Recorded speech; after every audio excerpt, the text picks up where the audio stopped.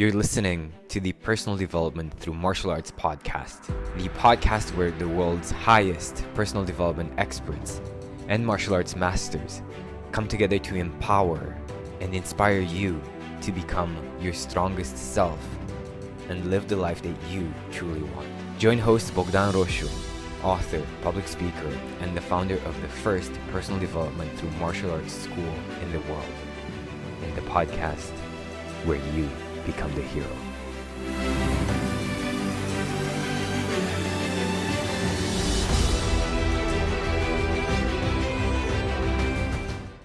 My next guest is none other than Elliott Hulse. Elliot has been inspiring millions of people to become their strongest selves through his YouTube channel. He's an internationally renowned strength and conditioning coach, strongman, author, social media celebrity, mentor, holistic life coach. But the reason why I'm so excited to sit down and talk to him is because he was a huge inspiration and influence in my personal development journey. Let's welcome Elliot to the show. We're here with Elliott Hulse, and I'm super excited to sit down and talk to him and ask him a bunch of questions about his awesome journey, about his influence, get a bit in touch with the people that influence you, especially. I am a bit nervous, to be honest, because one of the videos that impacted me the most was your 1 million subscribers videos. Yeah, that hit me deep. Yeah. Mm-hmm. Cool. Elliot, tell us a bit about your uncle, and tell us a bit about when he. You remember the first time you saw him doing martial arts? Well, I can't tell you the first time I saw him, but I knew his energy in my life, his presence, because he was very young, and he lived with us. So he was there from the time I was an infant, and he's a very vibrant energy. And so as a infant, he would do things like pick me up and put me on top of the television and tell me, you're on TV. Look, you're on TV. And so, he was like what an uncle would do, kind of like bad things like that. And he was also super cool because he was strong and athletic. He used to do backflips and stuff and chop bricks with his hands. And so it was like Uncle Elroy was a superhero to me. And it was fascinating that I thought I was a child at that time, and I was imitating him. He would teach us push-ups and pull-ups and, exercise with me and my brothers in the basement when my parents moved to a house. And then when I turned 14 years old and I was playing football, he was there to teach me how to start weightlifting in order for me to really carve a path for myself in my life, it seems. Is he still training? Is he still active and all that stuff? Yes, he is. That's awesome. So I know you started playing football, right? And you were actually very good at it, but you were stopped by this injury that you had, right? Football injuries? Well, I mean, there were lots of injuries in my life. I don't think none of the really bad ones came during football. Football didn't injure me too bad at all. I did have turf toe at my most critical season, which slowed me down as a running back that I was hoping to be, but God had different plans. So that was about it, and that was towards the tail end of my career. I beat my body to bits in football, but I never had any really bad injuries. Awesome. So you decided to go. How did you decide to open a fitness studio, or how was Strength Camp born?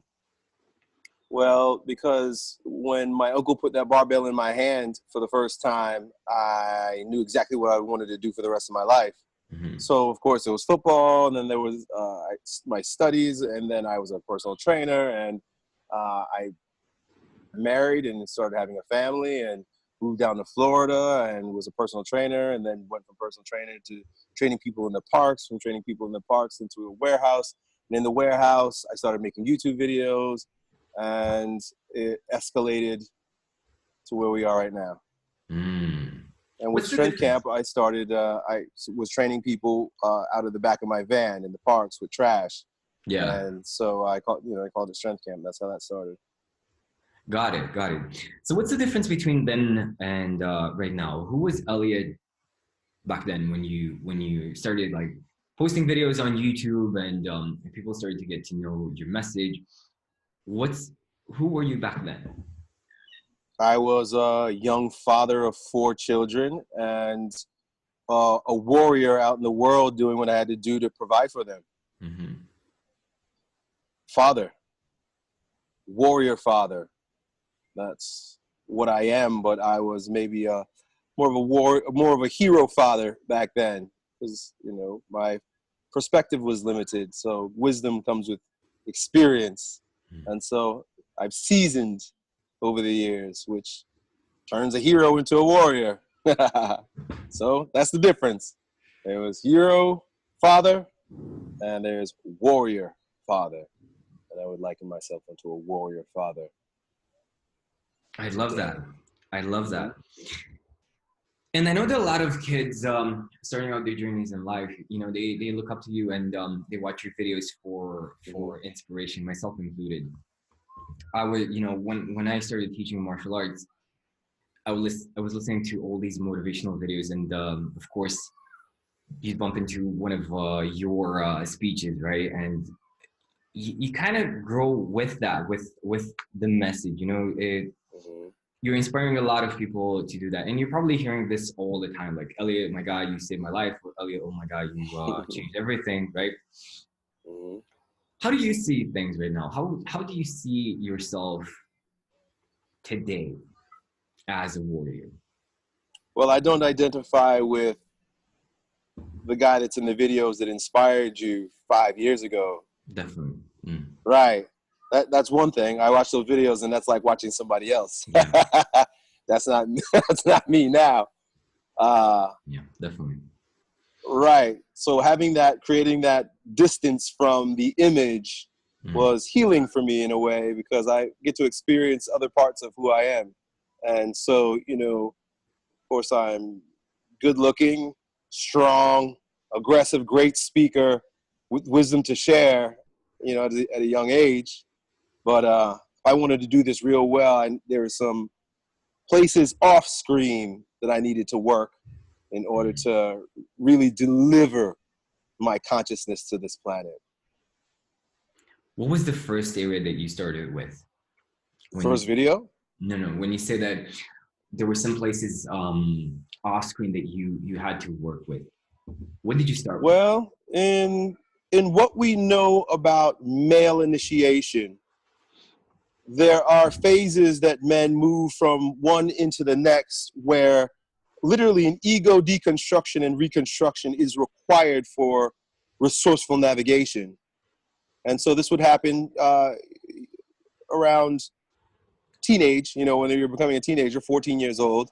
I like to say I was initiated in iron, but that's only one part of the story. I discovered my barbell at 14 years old, and I met my wife when I was 14 years old. Yeah. So I was initiated into a new chapter in my life. Well, the same thing happened cyclically. And I was coming upon a milestone in my life. And I don't want to say in retrospect, because I was led to the right places almost immediately to look. I realized that I was going into a grieving process. And what that is not nearly as important as how it's been misunderstood in culture. In fact, all of what it is to be a man has been misunderstood in culture. And this passage from hero into warrior, real warrior, is a step underground.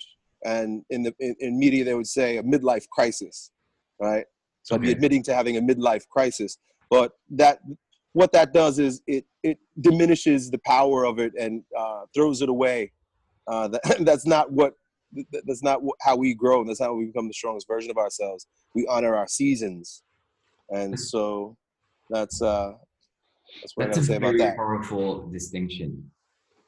That's a very powerful distinction. So it's actually a huge opportunity to redefine yourself and dive deeper into who Go you into your winter, truly go are. into your cold place, go into your dark place, like in the winter, right? Because there are parts of you that say, this is how a Jungian would look at it, or a Neo-Jungian would look at it, that God, the numinous, is undifferentiated archetypes that contain angels and demons. It's all of everything. God is everything. And we as human beings incarnate as egos. And the self, the God, the numinous, wants to possess us, wants to, all the possibilities of what God could experience, he wants to experience through us. And it is up to the ego to be strong enough to relate to it in a way that is respectful. Are you following me? Yeah, definitely. Don't All stop right, so now. when you relate, when you find that, it becomes becomes a crystallized ego, and then that ego goes about its life or its season, its cycle, in a particular configuration, and then it comes up to a season where that configuration is no longer resourceful. So the God energy that crystallized into your ego is no longer viable for the next season that you're going into. So there has to be a death and rebirth. There is a death and resurrection. You know, it was less conscious when I had a death and resurrection when I was 14 years old, after getting in trouble, being arrested, and then all of a sudden finding the barbell and finding my girlfriend. It was a death and resurrection. I was not the same person shortly thereafter. And so coming to an ego construct that got me to be Elliot and to be what I was in the world at the time that I was making all those videos was appropriate. But then for me to really be my wholeness, to be my fullness, there were things underneath we call the shadow, aspects of ourselves that require a little bit of attention, that need to be dealt with, so that you know, the ego has to die. You go in and you work, you grieve. This is the grieving process. You understand your darkness, and you come through with a new sort of humility, knowing that, you know, as high as you can fly, I fly high. Yeah. And you burn the sun, you touch the heat. That's like coming too close to God. And there's God-like pretensions that associate with that. Phallic, they call it grandiosity, infantile grandiosity, where you think that you're, you know, king, right? Which you are, but it has to fit into an ego that is resourceful for your life as it's becoming. And so I allowed myself to have that. You know what? The first thing that pops into my mind right now listening to you is my dad sharing a thought with me. I think it was about 10 years ago. Because my dad used to be like super aggressive with not with necessarily with people, but he was like very sliced. He would just slice your opinion, or you know. And something that he shared was like, look, this identity doesn't really suit me anymore. It did. It served me. But now it's time for something else. It's time for something. Yes. And we're constantly doing that if we're aware, if we're awake. It's not an easy process, especially when there's a big shift being made at the 12 o'clock hour in our lives, like every 12 years.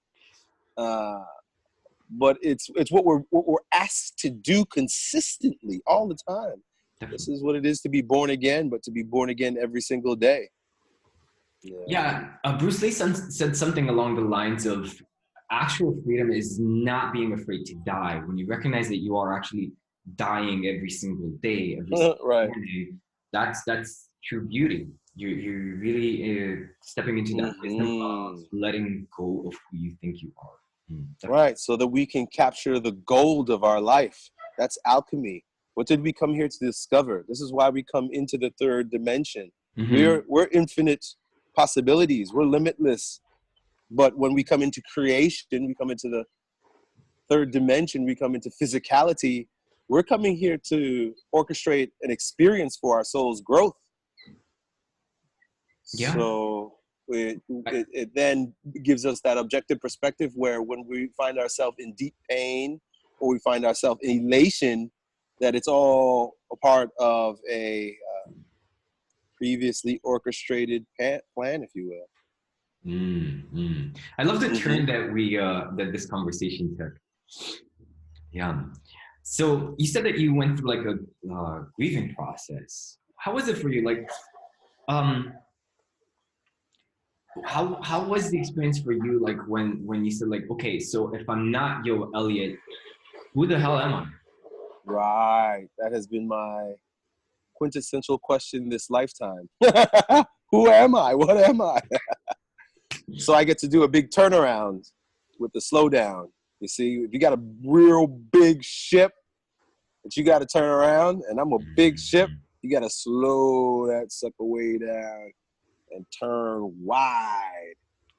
So a big part of where that ship is headed has a lot to do with fatherhood. I am a father of 4 children. I married my high school girlfriend. She's my wife. I'm the same woman. And I'm a warrior father. See, I got to where I am being a warrior. So what that might look like in this next season for me is creating more warrior fathers, inspiring more warrior fathers. It's not good enough to be a hero any longer, men. It's warrior father. That's what's next. Give us more details. Like for you, it's 100% clear. It's crystal clear what it means to be a warrior father, right? But for myself, who does not have kids, right, who will go through a phase of transformation at some point in my life, what does that mean? How do I recognize that it's time to become a warrior father? Well, do you have a girlfriend? I do. That's the first indication. If you're with a woman, you are basically saying, I'm fit to be a warrior. Because the reason why a woman comes into your life and you come into her life is for protection. That's a big part of it. Women are biologically, physically weaker than men, and this is how they come to us. You know, they want us. They want our strength. They want our protection, and they want our provisions.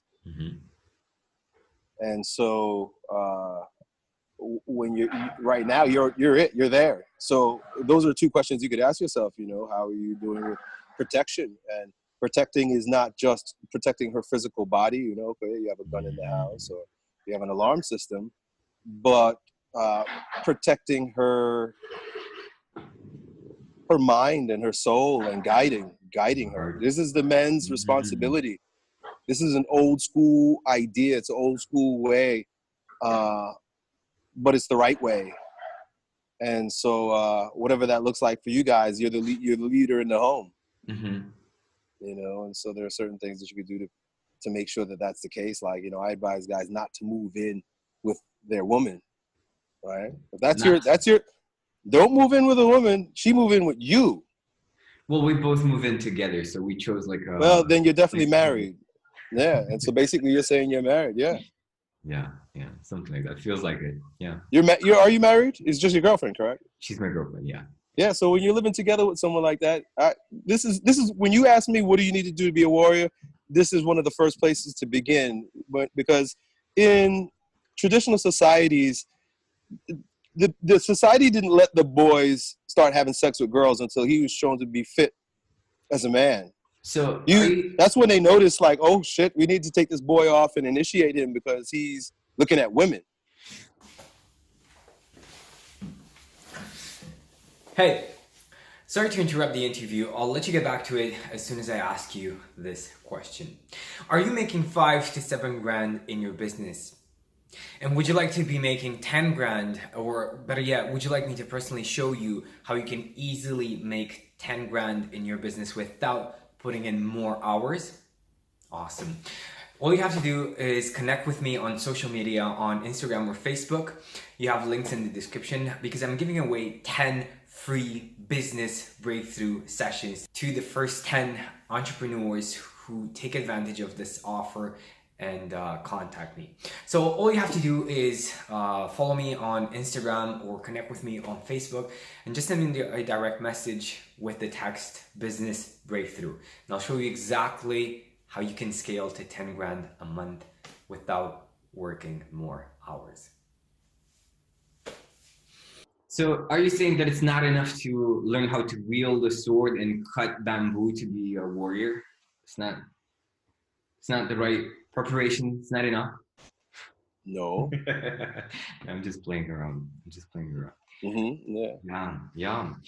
Yeah. So what would be like, how would you recognize somebody who does want to become a warrior in their heart, right? What would be the first step for somebody for a man who's stepping into life and he's discovering, okay, this is what life is going to be about, right? I want to be my best self, my strongest self. What does someone need to do? You need to look, the three things that are associated with being a warrior father is that you are protecting, providing, and procreating. That's really, that's the next step, you know, and that's to take a woman. And if you take a woman, that means you must have a vision. If you're going to procreate, that means that you must, and that's what I'm talking about when I say a warrior father. You're asking about warrior, well, then you need to work with the first two before you even get to a woman, which is, can I protect myself? Am I fit? You know, am I fit or am I fat? That's the very first place to go on the ground. It's like, can I protect myself? Am I physically fit? And can I, and thereby protect others, right? I'm good that way. And that means also, like I said, mentally protect, you know. Do I know what is good? I don't know what is bad for me. And that's a lot easier when you know what you're devoted to. And then also provide, you know, how are you able to provide provisions? Because the reason why a woman is attracted to a man biologically is because she's hopeful to have offspring. And so she wants to know that this man is not only sexually attractive to me and, you know, I'm willing to follow his lead, but do I want to have offspring with him? You know, so you got to be able to provide, got to be able to demonstrate that. You know, otherwise, what else are you doing? Otherwise, it's just narcissistic. You know, to be a warrior means to have something that you're devoted to, someone that you're devoted to. Yeah. And so, you could work on those two things and not have the woman, which is fine. You know, because I would say that's a great thing to do. You build yourself up as, if you're a young man, unlinked, and even if you have a girlfriend, so you also have to maintain yourself. Stay in good shape, be able to be healthy, you know, and work. That's really it. Like, be healthy and be able to provide provisions, meaning like have your shit together, have a job, or building a business, or doing something that has promise, you know. That's awesome. Yeah. You know, I had Jason Capital on, and we touched a bit on this subject. In my case, at least, I was going after, you know, like in my 20s, I was going after the relationship and having the woman like a lot, like too much, right? I was depending on that outcome. But the moment that I started looking inside and I started meditating and I started spending time with myself and actually liking myself, you know, that stuff just started flowing in my life, you know? You build up your value. Definitely. Yeah, that's the way, bro. Awesome. Elliot, what is one question that people don't really ask you and you would like to be asked more? No, I don't have any of those. Have any of those, huh? No, I don't give a shit what people ask me. I'm not asking you to ask me something. But yeah, I don't have an agenda right now. I like that. I take whatever comes at me. Dude, what made you come back to YouTube? Well, because you don't stay in winter forever. You know, the tunnel has a light at the end of it. Yeah. So what a lot of people like to do is like to wait till the full light is lit and they're out in the daylight to start taking action, but it doesn't work that way. Yeah, you see a little crack, you take a little advantage. You experiment, you try. My videos are not what they were, and they don't have the views that they once had. But it's not about that. It's about me seeing the light and deciding, okay, what angle am I going to emerge with for the world? So, you know, a lot of what I do right now is what I used to do. Work, just show my workouts and answer some questions or talk about something. But I have something much bigger emerging. Yeah, man, what your vibe is totally different now from what it used to be. Like in the sense of people need to learn about these aspects as well. Just like that's my feeling, right? Just like Mm-hmm. you mentioned before, instead of calling it a what is it called? A mid-age crisis, midlife Mm-hmm. crisis, right? Just Mm-hmm. understanding that it's part of it and it's actually a huge opportunity. Mm-hmm. Super helpful for a lot of people, you know. Oh, yeah. So it's something that I'm super happy about. Definitely. So I noticed that you're doing Yo Elliot live now in London. Is it Mm-hmm. coming up Mm-hmm. in the near future? November. Mm-hmm. November. Awesome. Is it your first time in Europe that you're No, doing Yo I've been Elliot? about 3 other times. Oh, awesome, awesome. I need to get my shit together, get my facts right. Where do you? Oh, okay. Yeah, I'm in Bucharest, Romania, Eastern Europe. Mm-hmm. Awesome, awesome. What do you see for the future? Are you like, do you have any plans for, you know, what's going to happen with what you're doing for the next year, or are you just flowing with it and just enjoying every single moment? I'm going to be building an army of warrior fathers. That's what's in my heart today, anyway. Mm-hmm. I like There that. will be some building going on. Mm-hmm. Do you feel like the world really needs that, that men need to get back in touch with their masculinity, with who they are? There's a lot that we're needing to get, that we're wanting to get in touch with, meaning it's coming. Men are getting in touch with it, and I know I'm a part of that movement. I was a spark 5 years ago, and I'm taking a stand today. So it's all emerging to me. It's all just showing itself to me. I'm allowing it, but I'm also seizing. Yeah. But it's the energy. It's what I feel that is my guiding force. That's awesome. That's awesome. Mm-hmm. Before you started doing YouTube videos and answering people's questions, you were documenting yourself a lot, right? You were really reading a lot in terms of you know, from what I understood. Um, did the idea of answering people's questions, did you start like with answering people's questions regarding fitness, and then you moved on to situations regarding their lives, or did it just come naturally? Did they both come together? No, I answered fitness questions first. Mm-hmm. Yeah, I did that from 2007 to 2013 or 12. It was probably 13 before Yeah. I created my Elliot Said channel, where I was just answering any kind of questions. Any kind of And questions. so, yeah, I decided to do that then. And so, yeah, that was the order.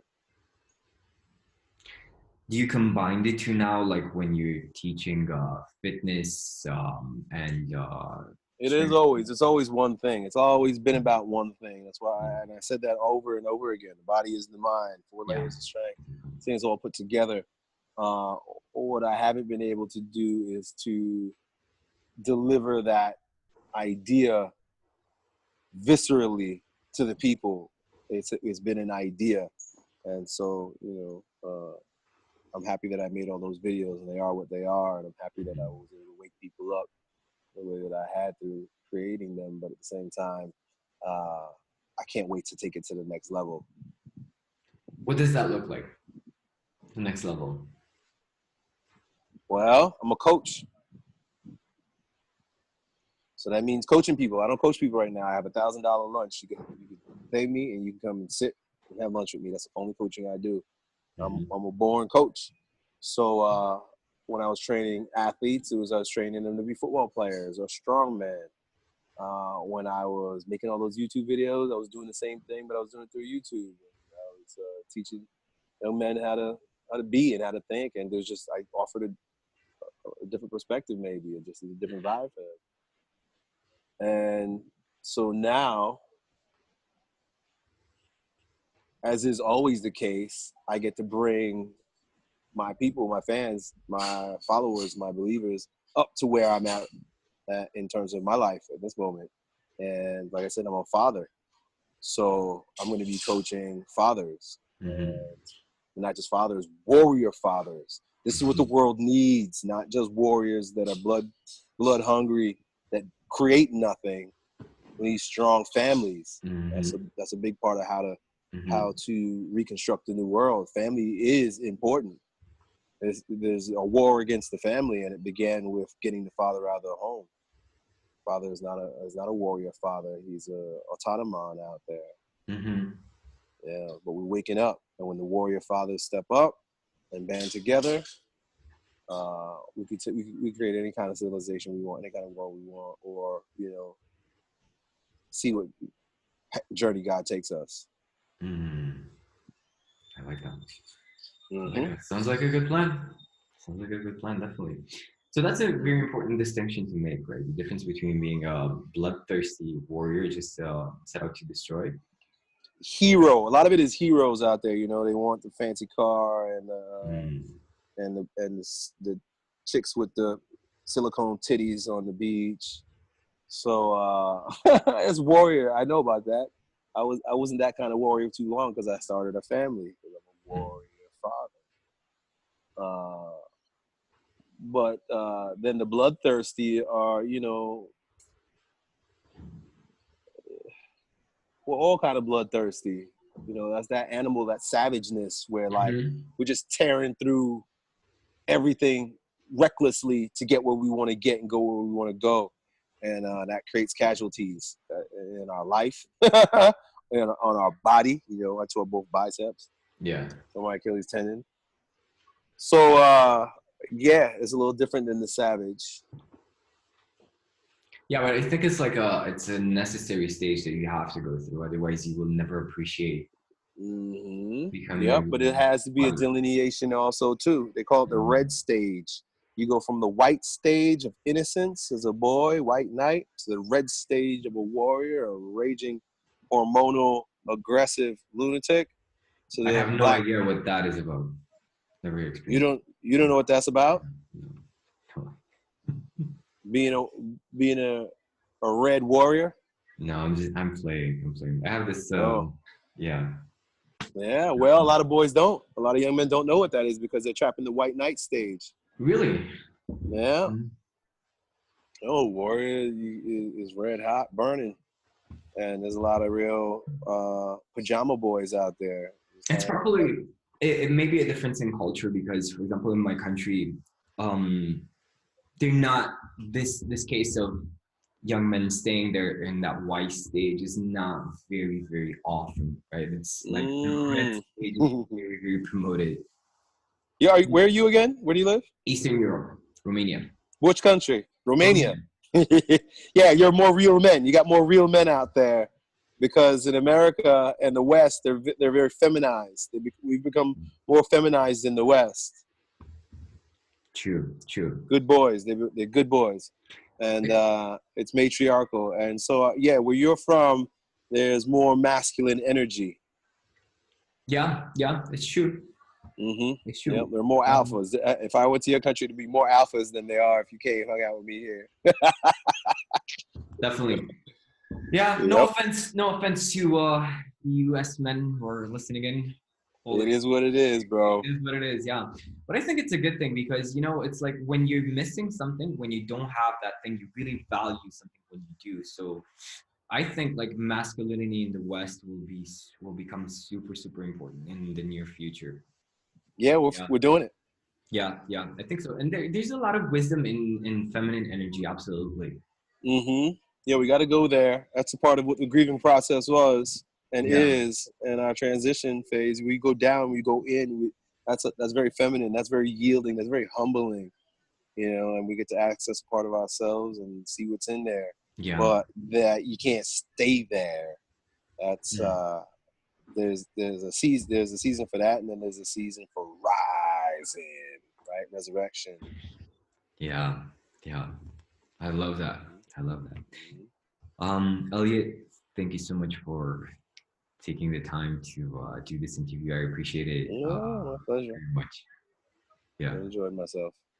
Yeah. So guys, if you haven't gotten a chance to see Elliott's 1 million subscribers video, it's not because of the 1 million subscribers milestone. You know, there was, I don't know, to me personally, that video meant so much. It had so much emotion inside of it, and so much I'm an emotional guy.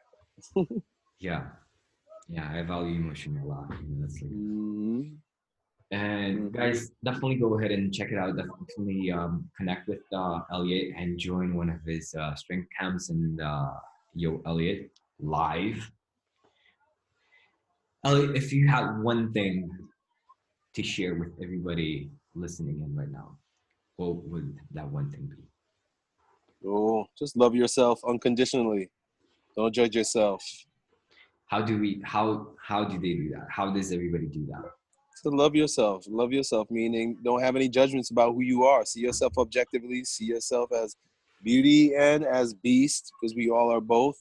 But don't have any judgments, otherwise we're playing God. You got to remember God's playing through you. And so any judgments that we have are purely from the ego, and the ego is sometimes confused. It's stuck. So when you can love yourself that way, you let go, and you're spontaneous, and you're your truth, and you're being exactly who you're here to be. Own it and love it. I love it. Thank you so much, guys. Go ahead and connect with Elliot. And Elliot, have a beautiful, beautiful day and awesome day for everybody listening. All right. Thank you. Hey, thanks for listening in.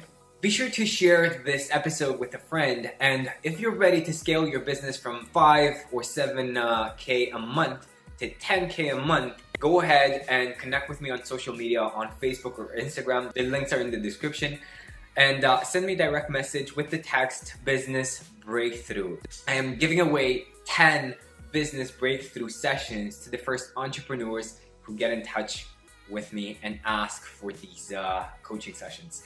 So go ahead and connect with me and send me a DM. I'll see what I can do to level up your business so that you reach 10K without having to work more hours.